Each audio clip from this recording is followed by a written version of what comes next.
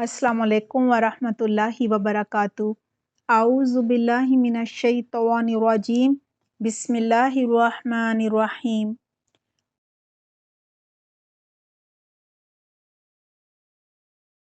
रब्बिश्रह ली सदरी व यस्सिर ली अमरी वहलुल उक़दतम मिन लिसानी यफ़क़हू क़ौली। रब्बि ज़िदनी इल्मा।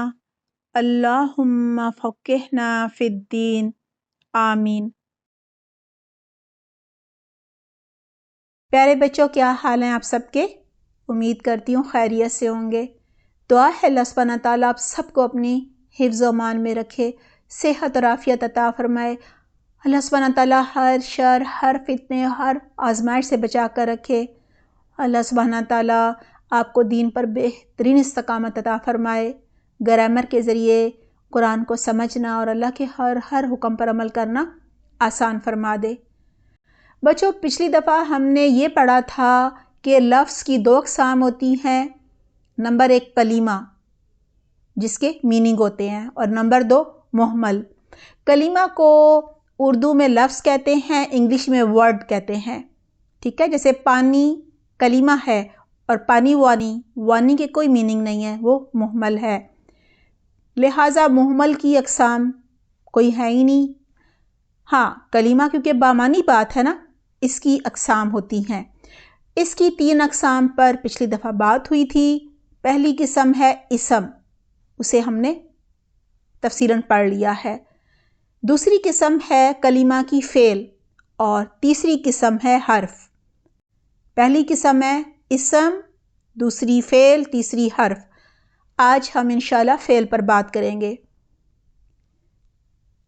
इसम के बारे में हमने यही जाना था कि इसम वो कलीमा होता है जो किसी चीज़, जगह या शख्स के नाम या उसकी सिफ़त को ज़ाहिर करता है, उसमें ज़माना बिल्कुल नहीं पाया जाता।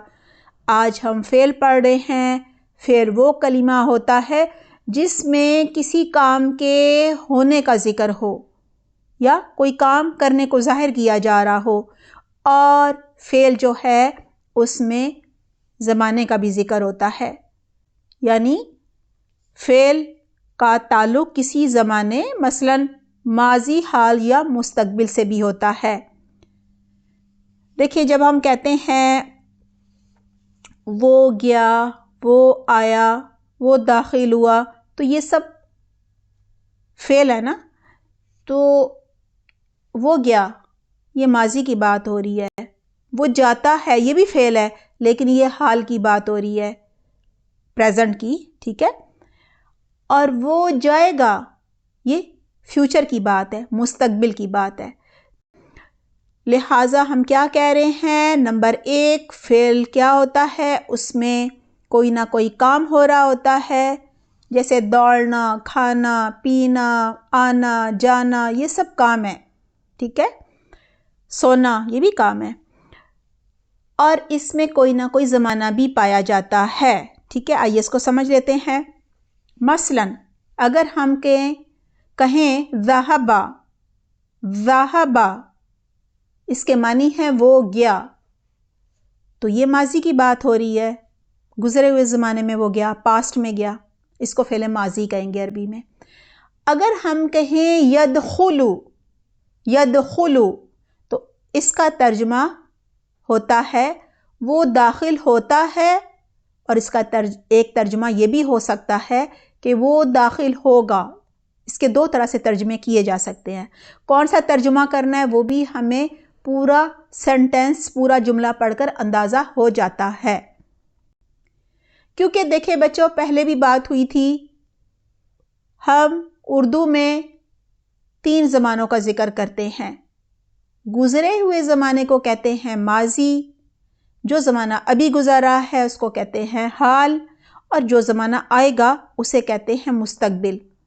इंग्लिश में भी गुज़रे हुए ज़माने को, कोई काम गुज़रे हुए ज़माने में हुआ हो, जैसे हम कहें वो गया था, वो गया, तो गुज़रा हुआ ज़माना है ना।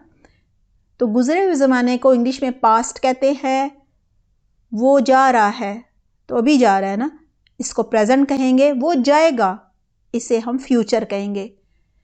یعنی اردو میں بھی 3 زمانے ہیں، انگلش میں بھی 3 زمانے ہیں، لیکن عربی میں صرف 2 زمانے ہوتے ہیں۔ ایک ہوتا ہے ماضی، اسے فعل ماضی کہا جاتا ہے، جیسے کہ ذہبا، وہ گیا، ٹھیک ہے، ماضی کی بات ہے۔ اور دوسرا زمانہ ہوتا ہے مضارع، بس آپ یاد کر لیجئے مضارع۔ مضارع کے میننگز حال کے بھی ہوتے ہیں اور مستقبل کے بھی ہوتے ہیں، وہ آپ کو خود دیکھنا ہوتا ہے کہ اس کا ترجمہ حال میں کرنا ہے یا مستقبل میں کرنا ہے، وہ پورا جملہ دیکھ کر پتہ چل جاتا ہے۔ اس کی مثال ہے یدخلو، یدخلو، اس کا ترجمہ ہے وہ داخل ہوتا ہے۔ اگر یدخلو سے پہلے سوف آ جائے تو پھر اس کے معنی یہ نہیں ہوگا وہ داخل ہوتا ہے، پھر اس کے معنی ہوں گے عنقریب وہ داخل ہوگا۔ چلیں اس کی مثال بھی دیکھ لیتے ہیں۔ سوف تعلمون، سوف تعلمون، عنقریب آپ جان لیں گے۔ سوفا کے معنی ہے عنقریب، تعلمون آپ جان لیں گے۔ اور اگر صرف تعلمون ہوتا تو ہم نے کیا ترجمہ کرنا تھا؟ آپ جانتے ہیں، اور سینٹنس کے حساب سے آپ جان لیں گے یہ بھی کیا جا سکتا ہے، لیکن جب سوفا آ جائے تو پھر اس کا ترجمہ یہ نہیں ہو سکتا عنقریب آپ جانتے ہیں، نہیں، پھر ہوگا عنقریب یعنی آنے والے وقت میں آپ جان لیں گے۔ اس لیے میں نے آپ سے کہا کہ جب ہم مضارع کو کسی جملے میں دیکھیں گے اور پورے کا ترجمہ کریں گے تو ہمیں خود ہی سمجھ آ جائے گی کہ اس کا ترجمہ ہم نے حال میں کرنا ہے یا مستقبل کا کرنا ہے۔ ایک دفعہ پھر دہرا دیتی ہوں۔ ہم نے دیکھا کلمہ کی 3 اقسام ہے، نمبر 1 اسم، نمبر 2 فعل، نمبر 3 حرف۔ اسم وہ کلمہ ہوتا ہے جو کسی چیز، جگہ یا شخص کے نام یا صفت کو ظاہر کرتا ہے اور اس میں کوئی زمانہ نہیں پایا جاتا۔ جبکہ فعل وہ کلمہ ہوتا ہے جس میں کوئی کام ہو رہا ہوتا ہے، کسی کام کے کرنے کا ذکر ہو رہا ہوتا ہے، یعنی وہ کلمہ کام کرنے کو ظاہر کرتا ہے۔ اور اس فعل میں، یعنی اگر کلمہ فعل ہے تو اس کا تعلق کسی نہ کسی زمانے سے بھی ہوتا ہے، اس کا ترجمہ یا تو ماضی کا ہوگا یا حال یا مستقبل کا۔ اگر ماضی کا ترجمہ ہوا تو وہ فعل ماضی ہوتا ہے، ٹھیک ہے، جیسے ذہبا، یہ فعلا کے وزن پر ہے، وہ آپ بعد میں پڑھیں گے۔ ذہبا وہ گیا، یہ فعل ماضی ہے، گزرے زمانے میں وہ گیا، یعنی وقت گزر گیا جب وہ گیا، ٹھیک ہے۔ تو ذہبا فعل ماضی ہے، اور مضارع جو ہے یدخلو ہے۔ یدخلو کیا ہے؟ فعل مضارع۔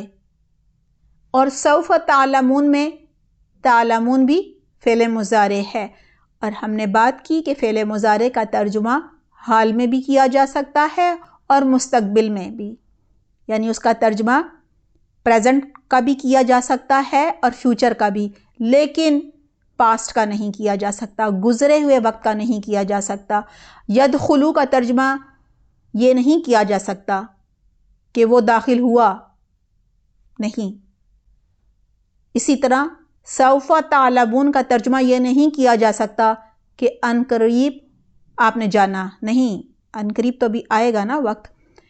اور ویسے بھی تعلمون جو ہے وہ مضارع ہے، اس کا ترجمہ صرف یہی ہو سکتا ہے کہ آپ جانتے ہیں یا آپ جان لیں گے، لیکن سوف آ گیا ہے تو اس کا ترجمہ ہر صورت کیا ہوگا؟ عنقریب آپ جان لیں گے۔ امید ہے آپ کو بہت اچھی طرح سمجھ آ گئی ہوگی۔ اپنا بہت خیال رکھیے گا۔ سبحانک اللہم و بحمدک، نشہد ان لا الہ الا انت، نستغفرک و نتوب الیک۔ السلام علیکم ورحمۃ اللہ وبرکاتہ۔